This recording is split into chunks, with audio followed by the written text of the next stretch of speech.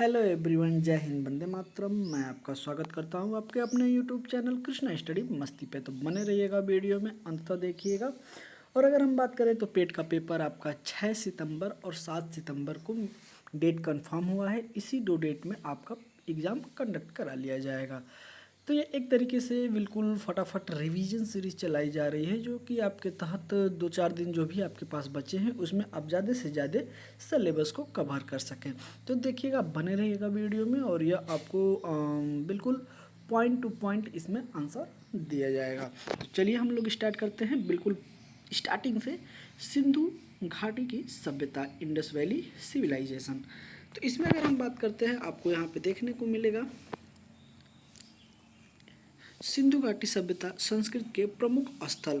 तो यहाँ पे आप देखेंगे तो यहाँ पे पाकिस्तान और अफगानिस्तान यहाँ पे दिया गया है। पाकिस्तान और भारत को लेके जो भी संयुक्त सभा थी, ये जो सभ्यता थी, उसको यहाँ पे देखा गया है। अब देखिएगा, अगर आपसे पहला क्वेश्चन ये बन सकता है, इसमें बड़े ही ध्यान से देखिएगा, थोड़ा मैं छोटा कर दिया हूँ। तो इसमें आपको देखने को मिल जाएगा, सबसे पश्चिम की अगर हम बात करते हैं तो सुतकांगडोर, ठीक है। अगर वहीं हम उत्तर में बात करते हैं तो मांडा, अगर वहीं हम पूर्व में बात करते हैं तो आलमगीर, और वहीं अगर हम दक्षिण में बात करते हैं तो दायमाबाद। तो ये हमारे स्थल हैं जो कि सिंधु घाटी सभ्यता इसके बीच में है। अगर इसको हम पूरा मिलाते हैं तो एक तरीके से आप देखिएगा, लगभग लगभग त्रिभुजाकार की आकृति आपको यहाँ पे देखने को मिल रही है। ओके, तो ये आप याद रखिएगा कि दिशा कौन कौन सी है, ठीक है। चलिए अब हम लोग एक एक करके देखते हैं। चलिए तो हम लोग क्वेश्चन देखते हैं। क्वेश्चन को आप देखिएगा, बड़े ही प्यारे क्वेश्चन आपके हैं कि सिंधु सभ्यता संबंधित है, किससे संबंधित है? तो आद्य ऐतिहासिक युग से। किससे संबंधित है? आद्य ऐतिहासिक युग से संबंधित है। हड़प्पा संस्कृति की उत्तरी सीमा का निर्धारण करता है। अगर हम बात करें कौन सा, तो देखिएगा ये ऊपर जो हो जाएगा वो क्या हो जाएगा? उत्तर। तो उत्तर में कौन सा है? तो मांडा है। और वहीं अगर हम बात करते हैं कहाँ, दक्षिण में दाइमाबाद है। अगर वहीं हम बात करते हैं पश्चिम में तो सुतकांगडोर है। और वहीं अगर हम पूर्व की बात करते हैं तो आलमगीर है। क्वेश्चन जरूर बनता है, इस चारों दिशाओं को आप याद रखिएगा। ओके, हड़प्पा संस्कृति की दक्षिणी सीमा निर्धारित करता है। तो दक्षिण में कौन है? दाइमाबाद है। दक्षिण में कौन है? दाइमाबाद है। उत्तर में कौन है? मांडा है। बिल्कुल आप याद रखिएगा, उत्तर में मांडा है और दक्षिण में दाइमाबाद है। ओके, आगे देखिएगा, हड़प्पा संस्कृति की पश्चिमी सीमा निर्धारित करता है। पश्चिम में कौन है? तो पश्चिम में सुतकांगडोर है। कौन है? सुतकांगडोर है। और वहीं अगर पूर्वी सीमा की बात करते हैं तो आलमगीर है। हड़प्पा संस्कृति की पूर्वी सीमा का निर्धारण करता है तो कौन है? आलमगीर। कौन? आलमगीर। आगे देखिएगा, आगे है सिंधु घाटी सभ्यता का वह स्थान जो अब पाकिस्तान में है। तो कौन है? हड़प्पा। कौन है? हड़प्पा। सिंधु सभ्यता के महान स्नानागार प्राप्त हुए हैं। तो स्नानागार कहाँ से प्राप्त हुए हैं? तो मोहनजोदड़ो से। कहाँ से? मोहनजोदड़ो से। मोहनजोदड़ो से। आगे देखिएगा, सिंधु घाटी सभ्यता की विकास अवस्था में वह स्थल जहाँ से घरों में कुओं के अवशेष मिले हैं। क्या मिले हैं? कुओं के अवशेष मिले हैं। तो ये भी कहाँ से मिला है? मोहनजोदड़ो से। कहाँ मिला है? मोहनजोदड़ो से। तो महान स्नानागार भी प्राप्त हुआ है मोहनजोदड़ो से, और घर में कुओं के अवशेष भी मिले हैं। कहाँ से? मोहनजोदड़ो से। चलिए आगे देखिएगा, सिंधु घाटी सभ्यता का पतन नगर था। पतन मतलब कि बंदरगाह नगर था। तो वो कौन था? लोथल। कौन था? गुजरात का लोथल। ओके, मृत पट्टिका पर उत्कीर्ण सिंह युक्त देवता की कृति प्राप्त हुई है। कहाँ से हुई है? तो लोथल से। कहाँ से हुई है? लोथल से। ओके, हाथी दांत का पैमाना हड़प्पीय संदर्भ में मिला है। कहाँ से? लोथल से। कहाँ से मिला है? लोथल से। हड़प्पा का उत्खनन करने वाला प्रथम पुरातत्वविद जो उसके महत्व को समझ पाया, कौन था? तो वो था sir John Marshall. Sir John Marshall.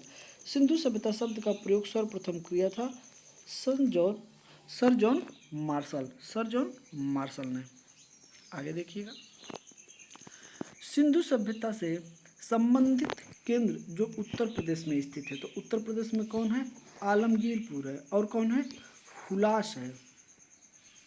ठीक है, ये 2 चीज़ें याद रखिएगा। एक तो कौन सा है, आलमगीर, जो सबसे पूर्वी भाग है, सबसे पूर्वी भाग जो सिंधु सभ्यता की है तो वो आलमगीर है। और उत्तर प्रदेश में ही स्थान पड़ता है हुलास। कौन सा, हुलास। हड़प्पा सभ्यता स्थल लोथल स्थित है, कहाँ, गुजरात में। और लोथल क्या था, तो लोथल एक बंदरगाह था, उस समय यहाँ से व्यापार की जाती थी। हड़प्पा संस्कृति के संदर्भ में शैल्यकृत स्थापित के प्रमाण मिले हैं, तो कहाँ से मिले हैं, धौलावीरा से। कहाँ से मिला है, धौलावीरा से। जोते हुए खेत की खोज की गई, तो जोते हुए खेत कहाँ किया गया था, कालीबंगा में। कहाँ, कालीबंगा में। ओके, आगे देखिएगा। भारत का सबसे बड़ा हड़प्पन स्थल है, कौन है, राखीगढ़ी। कौन है, राखीगढ़ी। मनका बनाने का कारखाना प्राप्त हुआ है चंद हुदड़ों से। कहाँ से, चंद हुदड़ों से। भारत में कपास की खेती का सबसे पहला साक्ष्य, यहाँ खाली स्थान है, कहाँ से प्राप्त हुआ है, तो मेहरगढ़ से। कहाँ से प्राप्त हुआ है, मेहरगढ़ से। हड़प्पा का वह स्थान जहाँ मिट्टी के हल की आकृति मिली है, कहाँ से, बनावली से। कहाँ से, बनावली से। एक एक क्वेश्चन याद करिएगा, बिल्कुल ऐसे ही क्वेश्चन आपको आएंगे एग्जाम में और आप इसको गलत करके चले आएंगे, तो हमें ये क्वेश्चन गलत नहीं करना है। सारे क्वेश्चन को बिल्कुल अच्छे तरीके से देख के जाना है कि हम ये सारे क्वेश्चन वहाँ पे गलत न कर पाएँ। ओके, आगे देखिएगा। आगे है कि हड़प्पा स्थल जहाँ से 100 पेटिका ताबूत के प्रमाण मिले हैं, तो कहाँ, हड़प्पा से। भारत में स्वतंत्रता के बाद सर्वाधिक संख्या में हड़प्पा स्थल की खोज हुई, कहाँ, गुजरात में। अब देखेंगे ना, तो एक तो आपको पंजाब वाला रीजन मिलेगा, उसके बाद गुजरात वाला, और उसके बाद राजस्थान वाला। तो ये तीनों मिला के जो रीजन है ना, यहाँ पे सबसे ज़्यादा खोज की गई है। लेकिन सबसे ज़्यादा अगर हम बात करते हैं स्थल की, तो आपको पाकिस्तान में देखने को मिलता है। लेकिन उसके बाद जो आता है वो आपको गुजरात हो गया, राजस्थान हो गया, और उसके बाद पंजाब हो गया। ठीक है, ये जो क्षेत्र है यहाँ पे आपको ज़्यादा देखने को मिलेगा। आगे देखिएगा कि सिंधु सभ्यता के प्रमुख स्थल, नदी उत्खननकर्ता एवं वर्तमान स्थिति, इसमें हम लोग सब कुछ देखने वाले हैं। यहाँ पे क्रम दिया है, प्रमुख स्थल दिया है, कौन सी नदी के किनारे यह सभ्यता थी, और यहाँ पे स्थिति दिया है उस समय का, और वर्तमान की स्थिति है, और यहाँ पे उत्खनन करता है कि कब किसने वहाँ पे उत्खनन मतलब खोज किया। ओके, चलिए बड़े ही ध्यान से देखिएगा। पहले नंबर पे आपको दिखेगा हड़प्पा। हड़प्पा की अगर हम बात करते हैं तो यह रावी नदी के किनारे है। कहाँ पे, पाकिस्तान के पंजाब प्रांत का साहिवाल जिला। कौन है, साहिवाल जिला। अभी फिलहाल में कहाँ है, तो फिलहाल में ये पाकिस्तान का जो पंजाब प्रांत है वही है। पंजाब प्रांत हमारे भारत में भी है, और कहाँ है, तो वो आपको देखने को मिल जाएगा पाकिस्तान वाले भाग में भी। तो पाकिस्तान का जो पंजाब है वहाँ पे रावी नदी के किनारे आपको हड़प्पा देखने की मिलेगा। और कौन है, तो दयाराम साहनी 1921 में, माधो स्वरूप वत्स 1926 में, और उसके बाद व्हीलर 1946 में। तो ये अलग अलग लोग हैं और अलग अलग डेट में वहाँ पे क्या किए हैं, तो वहाँ से जानकारियाँ प्राप्त किए हैं। दूसरे नंबर पे आपको आता है मोहनजोदड़ो। सिंधु नदी के किनारे है, पाकिस्तान के सिंध प्रांत में। कहाँ है, तो पाकिस्तान के सिंध प्रांत का लरकाना जिला है। ओके, अब आप हमें बताएंगे कि वो लरकाना जिला पाकिस्तान का किस गुरु के लिए मशहूर है। ठीक है, आप हमें बताइएगा। रखालदास बनर्जी 1922, मैके 1927 और व्हीलर 1930 में किया गया था। आइए तीसरे नंबर पे आपको देखने को मिलेगा चंदूदड़ो, सिंधु नदी के किनारे, सिंध प्रांत, पाकिस्तान, नवाब शाह जिला। कौन सा है, तो नवाब शाह जिला है। इसमें मैके 1925 में किया, और एनजी मजूमदार अगर हम बात करें तो 1930 में इन्होंने किया था। चलिए चौथे नंबर की अगर हम बात करते हैं तो चौथा नंबर देखिएगा घग्गर कालीबंगन। कालीबंगन तो ये क्या है, घग्गर नदी के किनारे स्थित है, राजस्थान का हनुमानगढ़ जिला। ओके, राजस्थान का हनुमानगढ़ जिला अगर हम बात करते हैं तो ये बिल्कुल उत्तरी जिला हो जाएगा, जो कि पंजाब से अपना क्या करता है, सीमा बनाता है। ओके, और ये थोड़ा सा साइड में अगर आप देखेंगे तो यहाँ पे आपको देखने को मिलेगा श्रीगंगानगर। ओके, तो पंजाब का राजस्थान का हनुमानगढ़ जिला, अलमानंद घोष 1951, बीवी लाल एवं बी के थापर 1961 में। ओके, वहीं कोट दीजी सिंधु नदी के किनारे, सिंध प्रांत का खैरपुर स्थान। ओके, अफजल अहमद 1953 में, बंटवारे के बाद। 6 नंबर पे आते हैं रंगपुर। कहाँ है रंगपुर? मादर, गुजरात का काठियावाड़ा जिला, गुजरात का काठियावाड़ा जिला। रंगनाथ राव 1953 से 1954 ईस्वी में इसकी खोज की गई थी। रोपण जिला, सतलज नदी के किनारे, पंजाब का रोपण जिला। तो पंजाब का रोपण जिला है। यज्ञदत्त शर्मा कब इसकी खोज की है ये? तो ये किए थे 1953 से 1956 के बीच में। 8वें नंबर पे आता है लोथल, भोगवा नदी के किनारे, गुजरात का अहमदाबाद जिला। रंगनाथ राव 1954।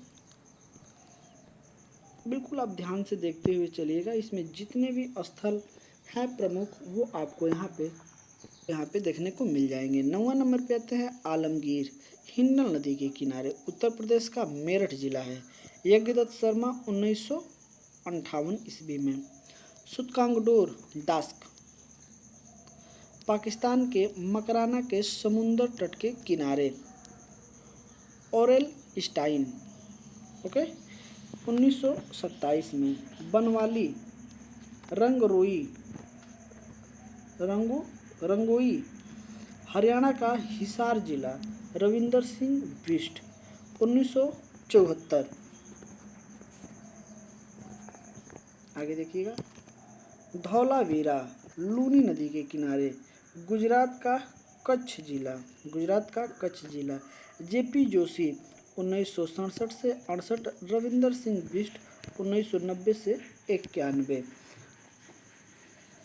सुतकांगडोर सादी कौर, ओके, दक्षिण बलूचिस्तान जो कि अभी फिलहाल में पाकिस्तान का अंग है, यह अपने आप को स्वतंत्र घोषित कर चुका है। Okay, George dells 1962। ओके, अगर आपको विस्तृत जानकारी चाहिए तो आप जाके कृष्णा स्टडी मस्ती के यूट्यूब चैनल पे वहाँ से बलूचिस्तान का वीडियो आप देख सकते हैं, मैं लिंक डिस्क्रिप्शन में दे दूँगा। ओके, आइए अब हम चलते हैं वैदिक कल्चर पे। ओके, वैदिक संस्कृत, इसमें अब हम लोग चलते हैं और इसमें हम लोग एक एक पॉइंट को देखेंगे। ओके, देखिएगा, महाभारत ग्रंथ का उपनाम है तो क्या है? एक तो हम कहते हैं संहिता और एक है सतसाहस्त्री। क्या है? सतसाहस्त्री और संहिता है। गायत्री मंत्र के नाम से प्रसिद्ध मंत्र सर्वप्रथम किस ग्रंथ में मिलता है? तो ऋग्वेद में मिलता है। ओके, किस में मिलता है? ऋग्वेद में मिलता है। आगे देखिएगा, वैदिक धर्म था, क्या था? तो बहुदेववादी था। अगला है, ऋग काल में जनता विश्वास करती थी किसमें? बलि एवं कर्मकांड में। किसमें करती थी? बलि और कर्मकांड में। अगर देखा जाए तो आज के समय बलि तो थोड़ी कम हो गई है, लेकिन कर्मकांड आज भी जनता भारत की विश्वास करती है। ओके, चलिए आगे देखिएगा कि आगे है कि गोत्र शब्द का प्रयोग सर्वप्रथम कहाँ हुआ था? तो ऋग्वेद में देखने को मिलता है। ऋग्वेद में सर्वाधिक संख्या में मंत्र संबंधित है, किससे है? तो इंद्र भगवान से है। सबसे प्राचीन वेद की अगर हम बात करें तो ऋग्वेद है। वह वैदिक ग्रंथ जिसमें वर्ण शब्द का सर्वप्रथम नामों उल्लेख मिलता है तो ऋग्वेद में। ओके, जिसमें 4 वर्ण थे। तो ऐसे करके जो हुआ था कि सर से ब्रह्मा जी, ओके, और छाती से आपको अगर देखने को मिल जाएगा तो क्षत्रिय, और वहीं अगर कमर पे जाएंगे तो वैश्य, और वहीं अगर पैर की बात करते हैं तो क्षूद्र।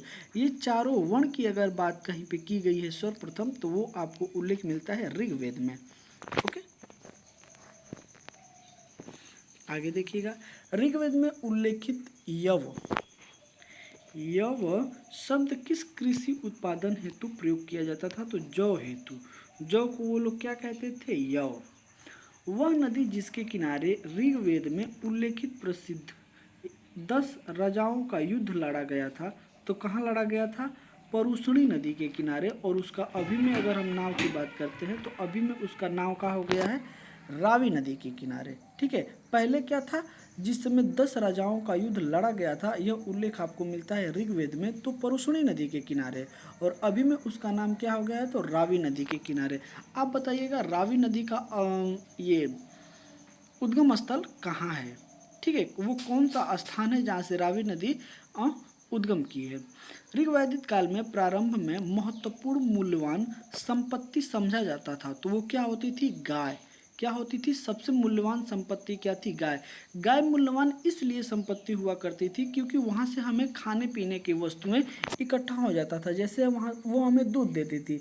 और प्राचीन के समय में अगर हम जाएंगे तो उस समय हम लोग खाना बदोश हुआ करते थे। क्या हुआ करते थे? खाना बदोश हुआ करते थे, खाना को इकट्ठा करते थे। तो उस समय हमको सबसे मूल्यवान अगर चीज़ कोई लगती थी तो वो हमारे लिए खाना था।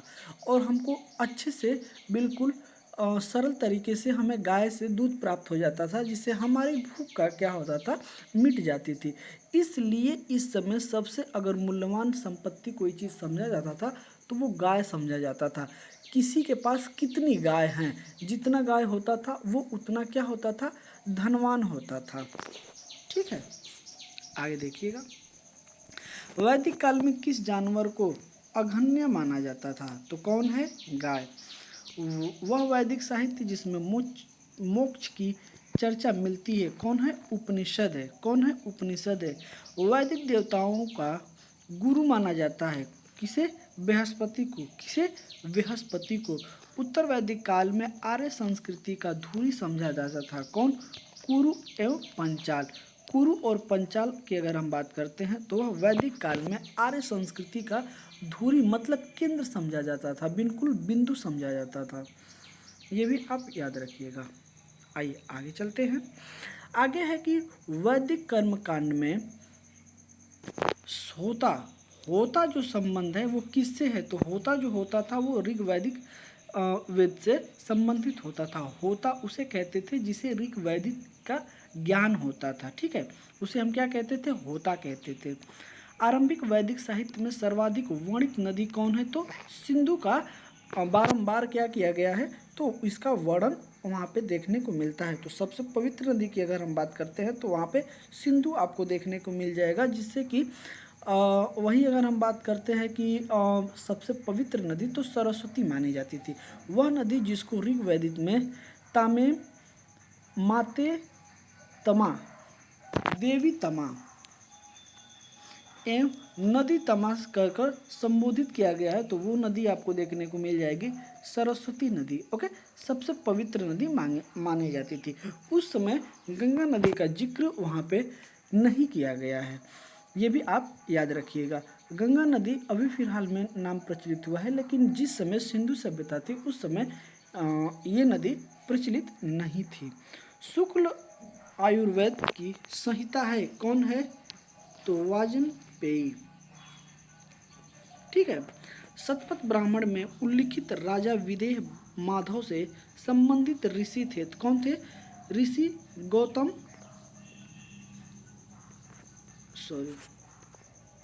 ऋषि गौतम राहुगण। कौन से? ऋषि गौतम राहुगण। आगे देखिएगा, आगे है कि जिस ग्रंथ में पुरुष मेध का उल्लेख हुआ है वह कौन सा है? तो शतपथ ब्राह्मण है। कौन है? शतपथ ब्राह्मण है। गोपथ ब्राह्मण संबंधित है किससे? अथर्ववेद से। किससे? अथर्ववेद से। आयुर्वेद एवं जीवन का विज्ञान का उल्लेख सर्वप्रथम मिलता है किसमें? अथर्ववेद में। किसमें मिलता है? अथर्ववेद में। वह उपनिषद जिसमें पहली बार निराशावाद, कौन है? निराशावाद के तत्व दिखाई देते हैं, तो मैत्रायणी। कौन है? मैत्रायणी। आगे देखिएगा, भारतीय प्रकृति पर उत्कृष्ट सत्यमेव जयते लिया गया है कहाँ से? मुंडको उपनिषद से लिया गया है। कहाँ से लिया गया है? मुंडको उपनिषद से लिया गया है। जेंट अव्यवस्था और ऋग्वेद में समानता है। जिंद अवस्था संबंधित है किससे? ईरान से। यह बिल्कुल एक अलग क्वेश्चन आपको देखने को मिलेगा, जो कि अगर आप देखेंगे तो सिंधु सभ्यता का ये अलग से क्वेश्चन है। इसमें दिया गया है कि जिस समय ऋग्वेद था, ठीक है, और उसके बाद एक ईरान का है जो कि जेद अवेस्ता, तो इन दोनों में समानता दिखाई देती है। तो जिस समय ईरान में सभ्यता फूल रही थी, यहाँ पे भी, वहाँ पे भारत में भी आपको देखने को मिलेगा जो हिंदुस्तान था, ओके, जो कि तो उसमें भी आपको सिंधु सभ्यता देखने को मिल जाएगी। तो इन दोनों को बोल रहा है कि ये समान है। तो जिद अवस्था कहाँ से संबंधित है? तो ईरान से संबंधित है। कहाँ से?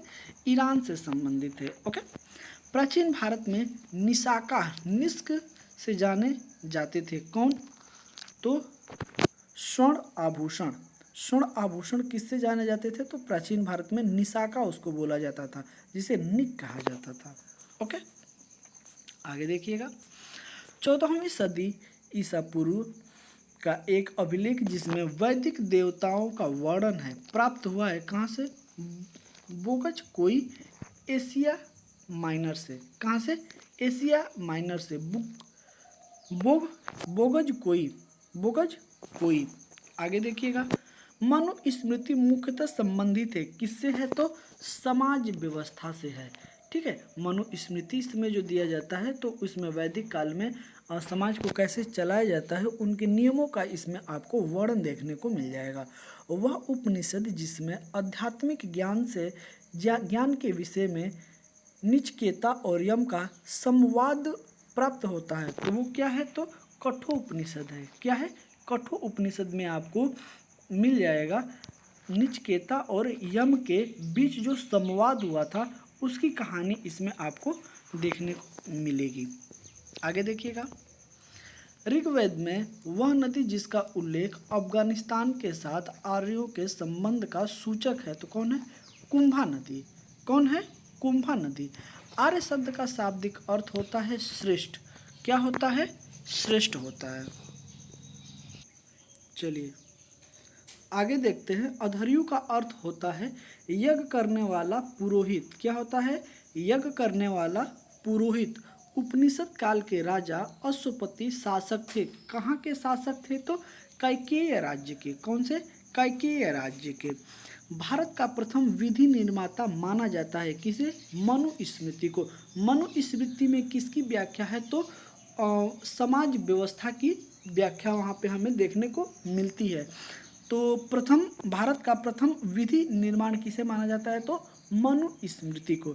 लेकिन अगर आप फिलहाल में देखेंगे तो भारत का प्रथम विधि निर्माता किसे माना जाता है? तो वो हमारा संविधान माना जाता है, क्योंकि देश जो है वो संविधान से चलता है। और इस समय जब आर्य थे तो उस समय में जो ग्राम था या फिर जो भी व्यवस्था चलाई जाती थी वो मनुस्मृति के द्वारा चलाई जाती थी। कौशेय शब्द का प्रयोग किया गया है किसके लिए? तो रेशम के लिए। उसमें रेशम के जो कपड़े हुआ करते थे बहुत ही क्या हुआ करते थे, उसको शुद्ध माना जाता था और उपयोग में लिए जाते थे पूजा पाठ में खास करके। और वहीं अगर आप बात करेंगे तो सिल्क रोड। क्या है? सिल्क रोड आप देखेंगे चीन से शुरू होकर भारत का जो कि उत्तरी सीमा है और फिर उसके बाद पाकिस्तान से होते हुए अफगानिस्तान होते हुए ये पूरे यूरोप में मार्केट इसका किया जाता था, ठीक है। तो वो सिल्क रूट था जिसको चंद्रगुप्त मौर्य ने क्या किया था? कब्जा कर लिया था, ठीक है। ये भी आप याद रखिएगा। क्लासिकीय संस्कृत में आर्य शब्द का अर्थ है क्या है? एक उत्तम व्यक्ति। क्या है? एक उत्तम व्यक्ति माना जाता है। आगे देखिएगा, इतिहास शब्द का उल्लेख मिलता है किसमें? अथर्ववेद में। किसमें? अथर्ववेद में इतिहास शब्द का उल्लेख मिलता है। अब आप हमें बताइएगा इतिहास के पिता, ठीक है, इतिहास के फादर किसे कहते हैं? ये आप हमें कमेंट करके बताइएगा। आइए अब तीसरा हम लोग चलते हैं। तीसरा है बौद्ध धर्म। गौतम बुद्ध जीवनी एवं शिक्षाएं। ठीक है, इसके बारे में अब हम लोग क्या करेंगे, चर्चा करेंगे। तो बुद्ध का जन्म हुआ था, कहाँ हुआ था, लुम्बिनी में। कहाँ हुआ था, लुम्बिनी में। बुद्ध का जन्म हुआ था लुम्बिनी में। ठीक है, अगला है कि बुद्ध की मृत्यु कहाँ हुई थी, वह स्थान अब कहाँ है, तो उत्तर प्रदेश में। कहाँ है, उत्तर प्रदेश में।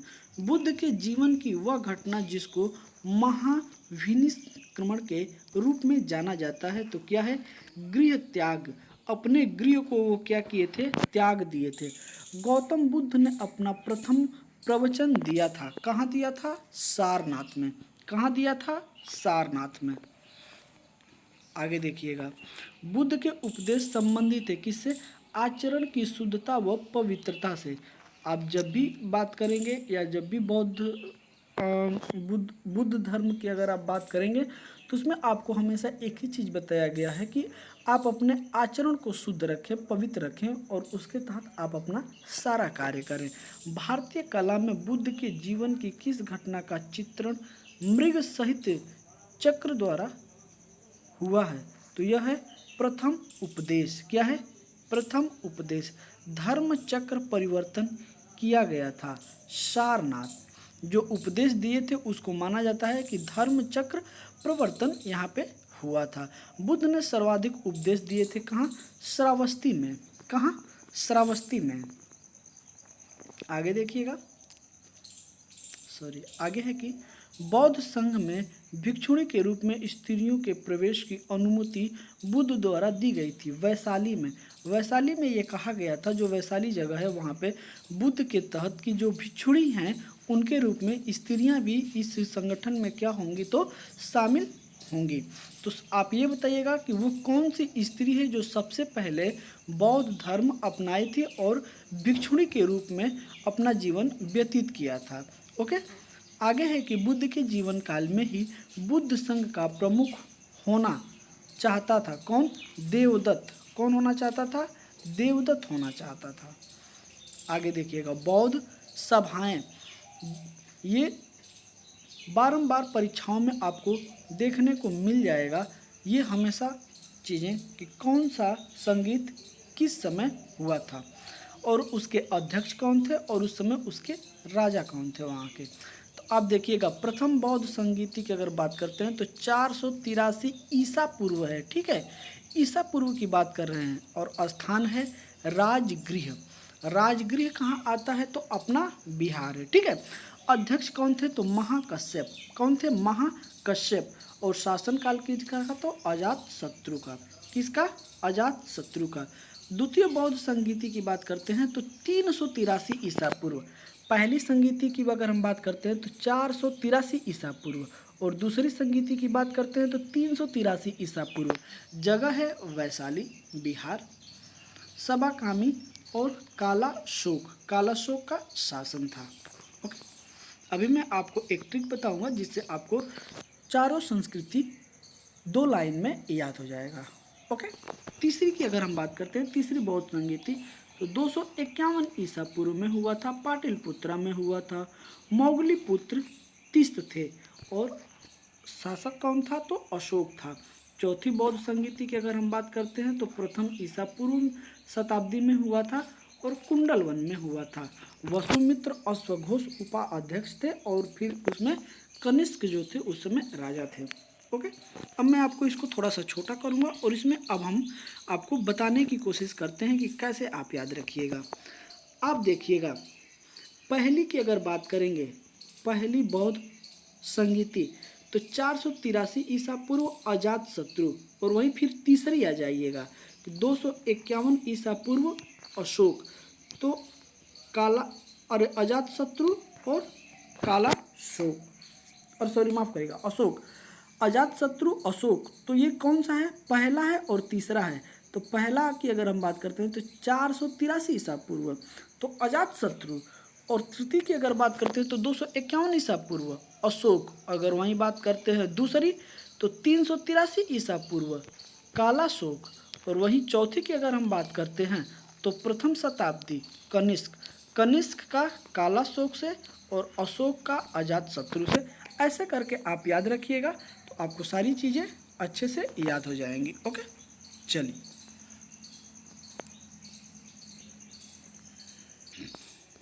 आइए। त्रिपिटक है किससे संबंधित है? तो बुद्ध के उपदेशों का संग्रह है, यह त्रिपिटक कहा जाता है। त्रिपिटक या फिर बौद्ध धर्म में त्रिरत्न क्या है? तो बुद्ध, धम्म और संघ।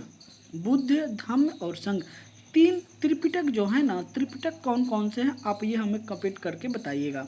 ओके, आगे है कि प्रथम बौद्ध समिति का समय आयोजन हुआ था किसका? तो प्रथम की अगर बात करा है तो अजातशत्रु, और कब हुआ था? तो 483 ईसा पूर्व में हुआ था। ओके, ईसा पूर्व में हुआ था, यह आपको देखने को मिल जाएगा, जो कि अजातशत्रु का शासन काल था। और वहीं अगर हम थर्ड की बात करते हैं तो 251 ईस्वी, और राजा कौन हो जाएगा? तो हो जाएगा अशोक। कौन हो जाएगा? अजातशत्रु, अशोक, थर्ड वाले में। और वहीं अगर हम सेकेंड की बात करते हैं तो 383 ईसा पूर्व, और हो जाएगा कालाशोक। कौन हो जाएगा? कालाशोक। और वहीं अगर हम चौथी की बात करते हैं तो प्रथम शताब्दी, और राजा हो जाएगा कनिष्क। ऐसे करके आप याद रखिएगा। ओके, आगे है कि संसार स्थिर और क्षणिक है, यह कथन संबंधित है किससे? बौद्ध धर्म से। बौद्ध धर्म से संबंधित है। चलिए, बौद्ध धर्म ग्रंथ जिससे बौद्ध संघ जीवन के नियम प्राप्त होते हैं, कौन है? विनय पिटक। 3 पिटक हैं तो उसमें एक पिटक हो गया विनय पिटक, अभी 2 पिटक है। अगर आगे मिल जाएगा तो ठीक, नहीं तो आप हमें कमेंट करके बताइएगा। विदेशी राजा जिसने समुद्रगुप्त से अनुरोध किया था कि उसे भारत में बौद्ध विहार बनाने की अनुमति दी जाए, वह कौन था? तो मेघवर्मन था। कौन था? मेघवर्मन था। आगे देखिएगा, आगे है कि बोध गया में महात्मा बुद्ध ने 2 बंजरों को उपदेश देकर अपना उपासक बना लिया था। वो 2 बंजारे थे, कौन थे? तो मलिक और तपस्सु। ठीक है, कौन था? मलिक और तपस्सु। ये क्वेश्चन काफ़ी अनोखा लग रहा है, जो कि इसके चांस बनते हैं, तो इसे आप विशेष करके याद रखिएगा।